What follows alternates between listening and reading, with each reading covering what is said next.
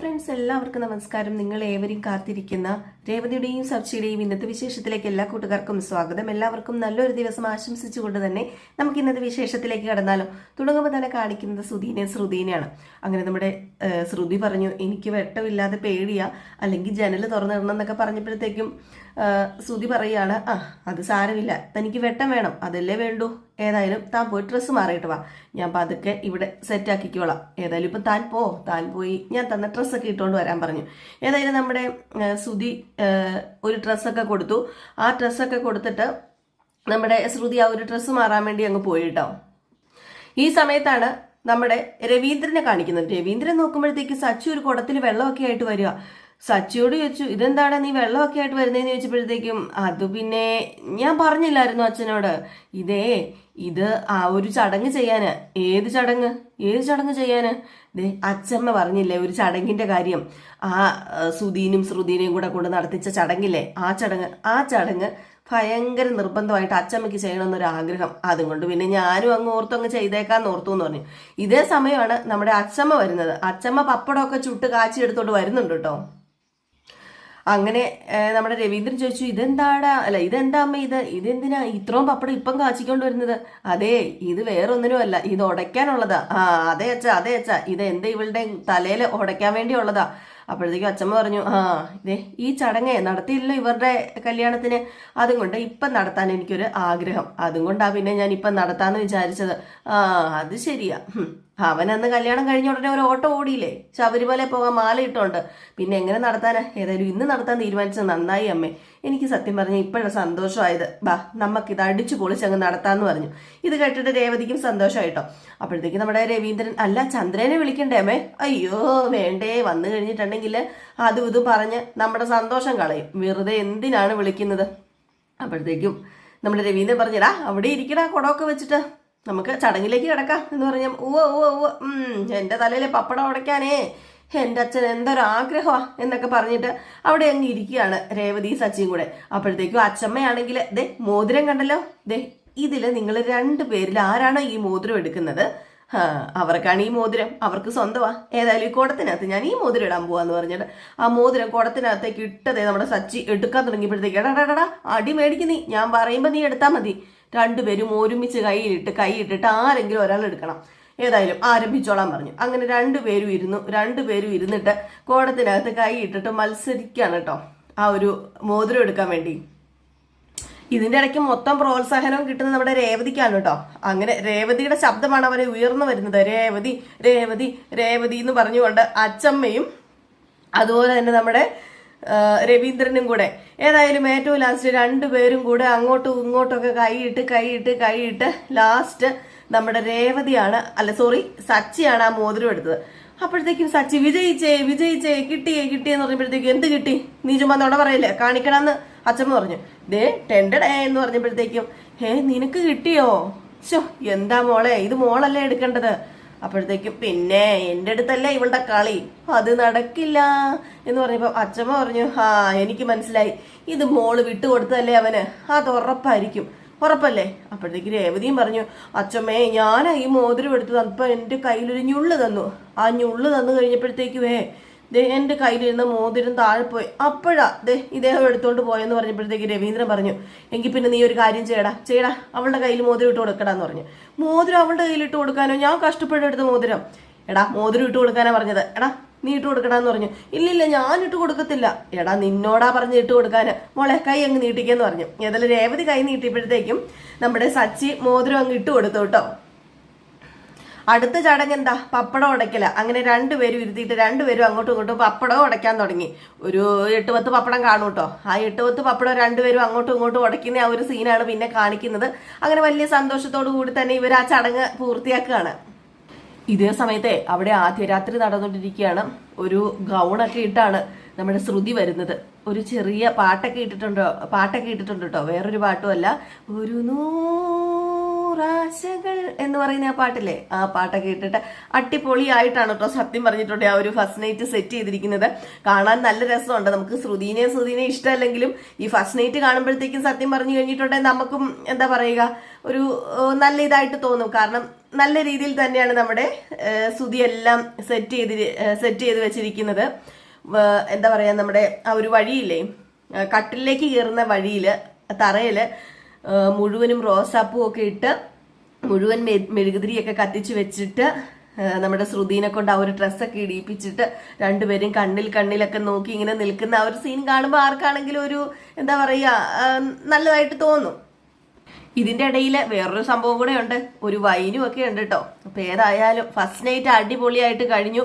പിന്നെ കാണിക്കുന്ന സീന് രാവിലെ നമ്മുടെ രവീന്ദ്രൻ ഇരുന്ന് പത്രം വായിക്കുകയാണ്. അപ്പം ചന്ദ്രയിലെ വന്നപ്പോഴത്തേക്കും, അല്ല രേവതിനെ കണ്ടോടി? ഞാൻ രേവതിനെ ഒന്നും കണ്ടില്ല. അല്ല നീ രാവിലെ എങ്ങോട്ട് പോവാ? അതെ, ക്ഷേത്രത്തിലേക്ക് പോണം, കല്യാണം നടക്കാൻ കുറേ നേർച്ചയൊക്കെ ഞാൻ നടത്തിയതാ, അതും കൊണ്ട് രാവിലെ തന്നെ പോണം. അല്ല അവരെ കൂട്ടുന്നില്ലേ നീ, ശ്രുതിനെയും?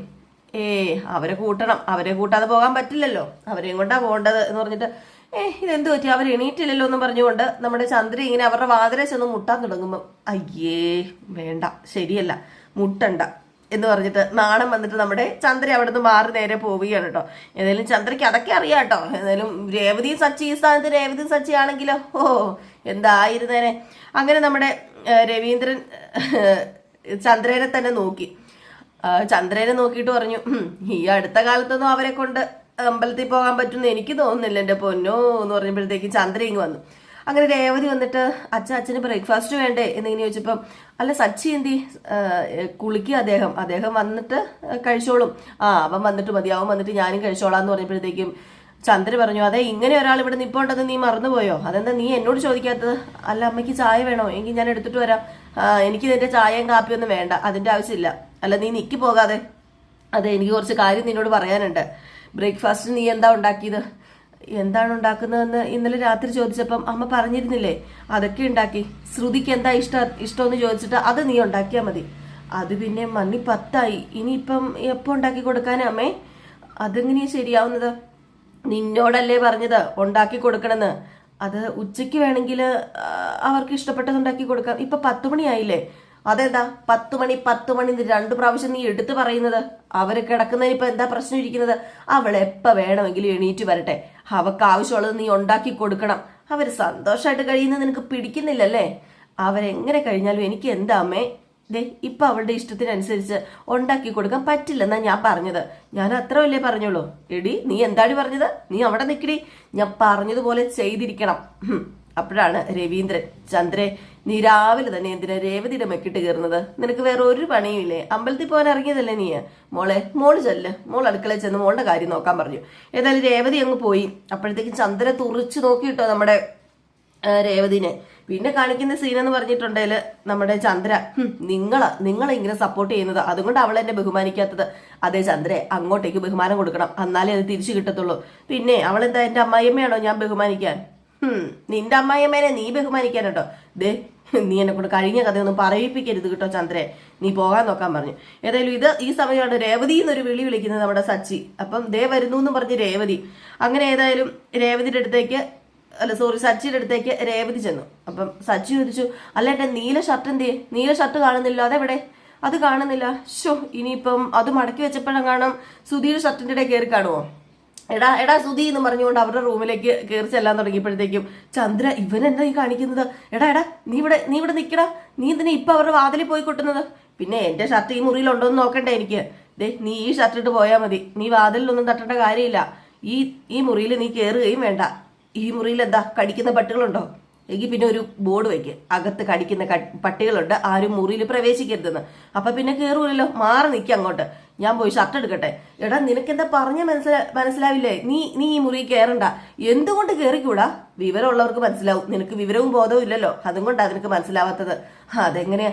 പഠിച്ചിരുന്നെങ്കിലല്ലേ വിവരം ഉണ്ടാവത്തുള്ളൂ. പിന്നെ നിങ്ങൾ പഠിച്ച വലിയ ഡോക്ടറാണല്ലോ. MBBS പഠിച്ചിട്ട് ഇവിടെ ബോർഡ് വെച്ചിരിക്കുകയല്ലേ, എന്തിനാ വെറുതെ? അപ്പൊ രവീന്ദ്രൻ പറഞ്ഞു, എന്തിനാ ചന്ദ്രേ അവനെ നീ തടയുന്നത്? അവൻ പോയി ഷർട്ട് എടുക്കട്ടെ, പിന്നെ മക്കൾ ഉറങ്ങട്ടെ, അവരുറങ്ങുമ്പോ എന്തിനാ അവരെ ശല്യപ്പെടുത്തുന്നത്? അപ്പൊ സച്ചു പറഞ്ഞു, പിന്നെ മണി 10 ഇപ്പോഴല്ലേ പിന്നെ കിടന്നുറങ്ങുന്നത്, പോയി വിളിക്കാൻ പറഞ്ഞു. അപ്പൊ ചന്ദ്ര, ഒന്ന് പോയി തരുവോ നീ? എന്തിനാ വെറുതെ സമയം കളയുന്നത്? അവർക്കെങ്കിലും സ്വസ്ഥത കൊടുക്കുക, അവര് സ്വസ്ഥതയായിട്ട് കിടന്ന് ഉറങ്ങട്ടെ എന്ന് പറഞ്ഞപ്പം രവീന്ദ്രൻ പറഞ്ഞു, മോളെ രേവതി അവനെ വിളിച്ചോണ്ട് പോ, അവന് ബ്രേക്ക്ഫാസ്റ്റ് കൊടുക്കുക, നമുക്ക് ഷർട്ട് എടുത്താൽ പോരെ, പോകുന്നതിന് മുമ്പ് ഷർട്ട് ഞാൻ എടുത്തു തരാം എന്ന് പറഞ്ഞിട്ട് രേവതി സച്ചിനെ കൂട്ടിക്കൊണ്ട് അങ്ങ് പോയി കേട്ടോ. ഏതായാലും ചന്ദ്ര അവിടെ നിൽക്കുകയാണ്, ആ വാതിലിന്റെ അവിടെ തന്നെ നിൽക്കുകയാണ്. ഇതേ സമയം വീണ്ടും കാണിക്കുന്നത് ബ്രേക്ക്ഫാസ്റ്റ് കഴിക്കാൻ വേണ്ടി തുടങ്ങുന്ന നമ്മുടെ സച്ചിനെ രേവതിനെയാണ്. അങ്ങനെ ബ്രേക്ക്ഫാസ്റ്റ് നോക്കിയതും പൂരി. ഇത് സച്ചിക്ക് ഭയങ്കരമായിട്ട് ഇഷ്ടപ്പെട്ടു. ഹായ് പൂരിയോ, നീ ഇന്ന് പൂരിയാണോ ഉണ്ടാക്കിയത്? എനിക്ക് ഇഷ്ടപ്പെട്ടു, എളുപ്പം നാട്ടെ, ഞാൻ കഴിക്കട്ടെ എന്ന് പറഞ്ഞ് രേവതിനെ കൊണ്ട് പൂരി എടുപ്പിക്കുകയാണ്. ഇതേ സമയം നമ്മുടെ ചന്ദ്ര വന്നു കഴിഞ്ഞപ്പോഴത്തേക്കും ഇതെന്താടി ഉണ്ടാക്കിക്കുന്ന പൂരിയോ? ഇത് ശ്രുതിക്ക് ഇഷ്ടമാണെന്ന് നിനക്കറിയോ? അവളോട് ചോദിച്ചിട്ട് അവൾക്ക് ഇഷ്ടമുള്ളത് ഉണ്ടാക്കണമെന്ന് ഞാൻ നിന്നോട് പറഞ്ഞതല്ലേ? അമ്മേ, ശ്രുതി എണീറ്റ് വന്ന് ഇഷ്ടം പറയുന്നത് വരെ എല്ലാവരും ഇവിടെ വിശന്നിരിക്കണം എന്നാണോ അമ്മ പറയുന്നത്? ഇദ്ദേഹത്തിന് ഇഷ്ടം പൂരിയാ, അതുകൊണ്ടാണ് ഞാൻ ഇത് ഉണ്ടാക്കിയത്. അങ്ങനെ പറഞ്ഞു കൊടുക്ക് രേവതി. എന്റെ ഇഷ്ടം നോക്കാൻ ഇവിടെ ആളുണ്ടെന്ന് ഇപ്പൊ മനസ്സിലായില്ലേ? വാവ്, എന്താ ടേസ്റ്റ്, എന്താ മണം. രേവതി എളുപ്പുന്നുണ്ട്, ഞാൻ കഴിക്കട്ടെ എന്നിങ്ങനെ പറഞ്ഞു. അപ്പൊ രവീന്ദ്രൻ പറഞ്ഞു, എന്താണ് നീ പറയുന്നത്? ഇവന് ഇഷ്ടമുള്ളത് ഈ വീട്ടിലുള്ള എല്ലാവരും കഴിക്കണമെന്നാണോ നീ പറയുന്നത്? കഴിക്കണം, കഴിക്കാതിരിക്കാം, ഒരു നിർബന്ധമില്ല. എന്റെ അമ്മ വേണമെങ്കിൽ കഴിക്കാം, വേണ്ടെങ്കിൽ കഴിക്കണ്ട. ഏതായാലും രേവതി ഉണ്ടാക്കിയത് ഇഷ്ടമാണെങ്കിൽ നിങ്ങൾ കഴിച്ചോ, ഇല്ലെങ്കിൽ നിങ്ങൾ ചോറെടുത്ത് കഴിക്കുക. ഇത് നല്ല കൂത്ത് എന്ന് പറഞ്ഞിട്ട് നമ്മുടെ സച്ചി അങ്ങോട്ട് കഴിക്കാൻ തുടങ്ങിയപ്പോൾ പറഞ്ഞു, വാവ്, എന്താ ടേസ്റ്റ്, എന്നത്തേക്കാളും കുറച്ചും കൂടെ ടേസ്റ്റ് മുന്നോട്ട് നിൽപ്പുണ്ട് കേട്ടോ രേവതി, സൂപ്പർ ആയിട്ടുണ്ടെന്ന് പറഞ്ഞു. അപ്പോഴത്തേക്ക് രവീന്ദ്രൻ വന്നു. രവീന്ദ്രനും കൂടെ അച്ഛമ്മയുണ്ട് കേട്ടോ. അങ്ങനെ നമ്മുടെ സച്ചി പറഞ്ഞു, അച്ഛ ബാ ഇരിക്കെ, ദേ നല്ല ടേസ്റ്റാ, നല്ല പൂസി അല്ല കേട്ടോ, സോറി, നല്ല പൂരി, നല്ല മസാല. അപ്പം അച്ഛമ്മ പറഞ്ഞു, കണ്ടില്ലേ അവന്റെ സന്തോഷം പൂരി മസാലയും കണ്ടപ്പോഴത്തേക്കും. പിന്നെ എങ്ങനെ സന്തോഷിക്കാതിരിക്കും, നല്ല ടേസ്റ്റാ, സൂപ്പറാ. എടാ, പൂരി മസാല മാത്രമല്ല, രേവതി മോൾ ഉണ്ടാക്കുന്ന എല്ലാത്തിനും നല്ല ടേസ്റ്റാട്ടോ എന്ന് രവീന്ദ്രനും പറഞ്ഞു. ഏതായാലും അവരവിടെ ഇരുന്ന് കഴിക്കാനും തുടങ്ങി. ഇതേ സമയം ശ്രുതിനെയും കാണിക്കുക. അവരിങ്ങനെ ഒരുങ്ങി നിൽക്കുകയാണ് കേട്ടോ അമ്പലത്തിലേക്ക് പോകാൻ. അങ്ങനെ റൂമിനകത്ത് തന്നെയാണ്. അപ്പം ശ്രുതിയോട് ശ്രുതി പറഞ്ഞു, കുറച്ച് നേരം കൂടെ കിടന്ന് ഉറങ്ങായിരുന്നു, നീ എന്തിനാ വിളിച്ചെണീപ്പിച്ചത്? വേണ്ടായിരുന്നു, പോകണ്ടായിരുന്നു. ഇന്ന് നമുക്ക് ക്ഷേത്രത്തിൽ പോകണോ ശ്രുതി? നമുക്കിവിടെ കിടന്നാ പോരെ? ഇന്ന് ഫുൾ സമയം നമുക്കിവിടെ കിടക്കാം. ദേ, എന്തൊക്കെയാ വിളിച്ചു പറയുന്നത്? അവരൊക്കെ എന്ത് കരുതും? നാണക്കേടല്ലേ? പിന്നെ അങ്ങനെ പോയേ പറ്റൂ എന്നുണ്ടെങ്കിൽ നമുക്ക് കുറച്ച് കഴിഞ്ഞിട്ട് പോകാം എന്ന് പറഞ്ഞ് ചെറിയൊരു റൊമാൻസോടൊക്കെ ഇങ്ങനെ നമ്മുടെ ശ്രുതിനെ കയറി അങ്ങ് പിടിക്കാനൊക്കെ തുടങ്ങിയപ്പോഴത്തേക്കും ശ്രുതി പറഞ്ഞു, ദേ ഒന്ന് മാറിക്കേ, ദേ ഇങ്ങ് എണീറ്റ് വന്നേ, ബച്ചെന്ന് വാതിൽ തുറക്കുക, ചുമ്മാ നാണക്കേടാ, 10 മണിയായി ഇപ്പൊ തന്നെ, അമ്പലത്തിൽ പോകണം, ദൈവത്തിന്റെ കാര്യാട്ടോ, അത് മാറ്റി വെക്കരുത്, അമ്മ വഴക്ക് പറയില്ലേ, തുറക്കാൻ പറഞ്ഞു. അങ്ങനെ ഒരു വിധത്തിലാണ് നമ്മുടെ ശ്രുതി പോയി വാതിൽ തുറക്കുന്നത്. ശ്രുതിക്ക് മനസ്സേ ഇല്ല കേട്ടോ. അത് കഴിഞ്ഞ് വീണ്ടും കാണിക്കുന്നത് ഇവർ ആഹാരം കഴിച്ചുകൊണ്ടിരിക്കുക. ആര്? നമ്മുടെ സച്ചി, അച്ഛമ്മ, രവീന്ദ്രനും. ഈ സമയത്താണ് ശ്രുതിയും വരുന്നത്. അപ്പം ചന്ദ്ര പറഞ്ഞു, വാ നമുക്ക് കഴിച്ചിട്ട് പോകാം. അത് ക്ഷേത്രത്തിൽ പോകണ്ടേ, നമുക്ക് കഴിച്ചിട്ട് പോകണം അമ്മേ. വേണം, കഴിച്ചിട്ട് പോകണം, നിങ്ങൾക്ക് വിശക്കും. സമയം എത്രയെന്ന് നിങ്ങളുടെ വിചാരം? എടാ മോനെ, ശ്രുതി മോളെയും കൂടെ അവിടെ ഇരിക്കാൻ പറഞ്ഞു. അങ്ങനെ അവരിയ്ക്കാൻ തുടങ്ങിയിട്ട് നമ്മുടെ ശ്രുതി ചോദിച്ചു, ഇതെന്താ പൂരിയോ? അതെന്താ മോൾക്ക് പൂരി ഇഷ്ടമല്ലേ? അയ്യോ ആന്റി, എണ്ണയെ പൊരിച്ചൊന്നും ഞാൻ കഴിക്കാറില്ല.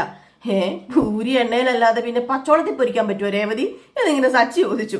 ഈ ചോദ്യത്തിന് മുമ്പിൽ നമ്മുടെ ശ്രുതി ഇങ്ങനെ സച്ചിനെ തന്നെ നോക്കുകയാണ് കേട്ടോ. ഏതായാലും സച്ചി കലക്കുന്നുണ്ടല്ലോ, സച്ചിയുടെ ഡയലോഗൊക്കെ സൂപ്പറാ.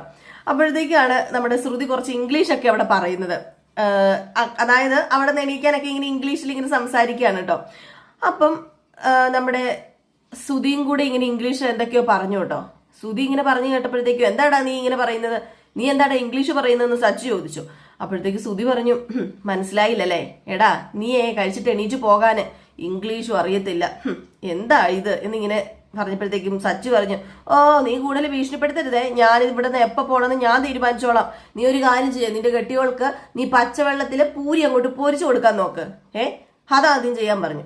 അപ്പോഴാണ് നമ്മുടെ ചന്ദ്ര പറഞ്ഞത്, മോനെ ശ്രുതി, നീ ഒരു കാര്യം ചെയ്യാം, മൈൻഡ് ചെയ്യണ്ട, അവിടെ ഇരുന്ന് കഴിക്കാൻ പറഞ്ഞപ്പോഴത്തേക്കും ശ്രുതി പറഞ്ഞു, വേണ്ട അമ്മ കഴിക്കണ്ട, ദേ പൂരി എണ്ണയിൽ പൊരിച്ചതല്ലേ, കഴിക്കണ്ട, ദേ കഴിക്കാൻ പാടില്ല കേട്ടോ, ഇത് കഴിച്ചിട്ടുണ്ടെങ്കിൽ അസിഡിറ്റി ഉണ്ടാകുന്ന പറയുമ്പോൾ അച്ഛൻ പറഞ്ഞു, അത് മോളെ വല്ലപ്പോഴും കഴിക്കാൻ പാടില്ലെന്നേ ഉള്ളൂ, എന്നും കഴിക്കാൻ പാടില്ലെന്നേ ഉള്ളൂ, വല്ലപ്പോഴും കഴിച്ചാൽ കുഴപ്പമൊന്നുമില്ല എന്ന് പറഞ്ഞപ്പോൾ സച്ചി പറഞ്ഞു, ദേ കണ്ടോ എന്റെ അച്ഛമ്മ ദേ കഴിക്കുന്നു, എന്റെ അച്ഛമ്മ തോട്ടത്തിൽ ഓടി നടന്നാണ് ജോലി ചെയ്യുന്നത്, എന്നിട്ട് കുഴപ്പമില്ലല്ലോ. അല്ലാതെ മേലനങ്ങാതെ നിന്ന് കഴിഞ്ഞിട്ടുണ്ട് അസിഡിറ്റി അല്ല, ചിലപ്പോൾ കൊളസ്ട്രോൾ, അങ്ങനെ പല സംഭവങ്ങളും ഉണ്ടാവും. ഇവനതിന് മേലനങ്ങാൻ പറ്റത്തില്ല, ഇവൻ ചുമ്മാ നിന്ന് ജോലി ചെയ്യുമല്ലേ എന്ന് പറയുമ്പോഴത്തേക്കുമാണ് നമ്മുടെ ശ്രുതി പറയുന്നത്, എല്ലാ ജോലി അങ്ങനെ നിന്ന് ചെയ്യാൻ പറ്റില്ല, എല്ലാ ജോലിക്കും അതിൻ്റെതായ ബുദ്ധിമുട്ടുണ്ട്. മോളെ നീ ഇട്ട് വായലിച്ചിട്ട് കാര്യമില്ല, ദേ ഇവന് അത് പറഞ്ഞാൽ മനസ്സിലാവില്ല, ഇവന് കാർ ഓടിക്കുന്നത് ഏറ്റവും വലിയ ജോലി, ഇവനെ ലോകത്തിലെ ഏറ്റവും വലിയ ജോലിയായിട്ട് കണ്ടേക്കുന്നത് ഡ്രൈവിംഗാ. അതല്ലാതെ ഇവന് വേറെ ഒന്നും അറിയില്ല എന്ന് പറഞ്ഞപ്പോ രവീന്ദ്രൻ പറഞ്ഞു, എന്താടി ചന്ദ്രൻ നീ പുച്ഛിക്കുന്നത്? കാർ ഓടിക്കുന്നതിന് എന്താ കുഴപ്പമിരിക്കുന്നത്? അതിന് വല്ല കുഴപ്പമുണ്ടോ? ഡ്രൈവിംഗ് കാരണമാ നമ്മുടെ ഈ കുടുംബം നടന്നു പോയിക്കൊണ്ടിരുന്നത്. അത് നിനക്കറിയാലോ. അതുകൊണ്ട് നീ കൂടുതൽ ഡ്രൈവിങ്ങിനെ കുറിച്ച് കുറ്റം പറയണമെന്ന് പറഞ്ഞപ്പോ, പിന്നെ ഒരു ഡ്രൈവിങ് അത് വലിയ ജോലിയല്ലേ എന്റെ മോനെ. ദേ AC-യുടെ മുമ്പിലിരുന്ന ജോലി ചെയ്യുന്നത്. അത് കണ്ടുപിടിക്കുക. അല്ലാതെ ഈ ഡ്രൈവിംഗ് ഒക്കെ ആർക്കും ചെയ്യാൻ പറ്റും. അത് സുധിക്കും അറിയാലോ. പക്ഷേ സുധി ചെയ്യുന്ന ജോലി ഇവന് ചെയ്യാൻ പറ്റുമോ? ഇല്ലല്ലോ. അപ്പൊ പിന്നെ ആരും ഇവിടെ ഡയലോഗ് ഇറക്കണ്ടെന്ന് പറയും. ഇത് കേട്ട് കഴിഞ്ഞപ്പോഴത്തേക്ക് നമ്മുടെ രേവതിക്കും വലിയ വിഷമായി പോയിട്ടോ. ഏതായാലും രേവതി ഇത് കേട്ടിട്ട് ഇങ്ങനെ തുറിച്ചു നോക്കുന്നുണ്ട് ചന്ദ്രനെ. എന്തെങ്കിലും ആൻസർ പടപട ഇനി രേവതി പറയുമെന്നൊന്നും അറിയില്ല. ഏതായാലും നമുക്ക് കാത്തിരുന്ന് തന്നെ കാണണം. അപ്പൊ ഈ ഒരു ഭാഗമൊക്കെ കാണിച്ചിട്ട് ഇന്നത്തെ വിശേഷം അവസാനിക്കുകയാണ് ചെയ്തത്. കുറച്ച് ലേറ്റ് ആയി പോയി. ഞാൻ അലാറം വെച്ചിട്ട് കിടന്ന അതിന്റെ പൊന്നു എന്താ പറയുക, എന്നിട്ട് അലാറം അടിച്ചില്ല. അതുകൊണ്ടാണ് കുറച്ച് ലേറ്റ് ആയി പോയത് കേട്ടോ. അപ്പൊ എല്ലാവരോടും ഞാൻ ക്ഷമ ചോദിക്കുകയാണ്. എന്നും വരുന്ന സമയമല്ല ഇത്. നമ്മൾ 6:45 വീഡിയോ ഇടുന്നത്. ഇന്ന് ഇച്ചിരി താമസിച്ചു പോയിട്ടുണ്ട്. എല്ലാവരും ഒന്ന് ക്ഷമിച്ചേക്കണം കേട്ടോ. നമുക്ക് നാളെ 6:45 ഞാൻ വീഡിയോ ഇടുന്നതായിരിക്കുവേ. പറ്റിപ്പോയി, അബദ്ധം പറ്റിപ്പോയി. അലാറം എന്താ അടിക്കാത്തതെന്ന് അറിയില്ല. ഏതായാലും നമുക്ക് കാത്തിരുന്ന് തന്നെ കാണാം എന്താ സംഭവിക്കാൻ പോകുന്നത്. അപ്പൊ എല്ലാവർക്കും ഒരു അടിപൊളി ദിവസം ആശംസിച്ചുകൊണ്ട് നിർത്തുന്നു. Tata, bye bye.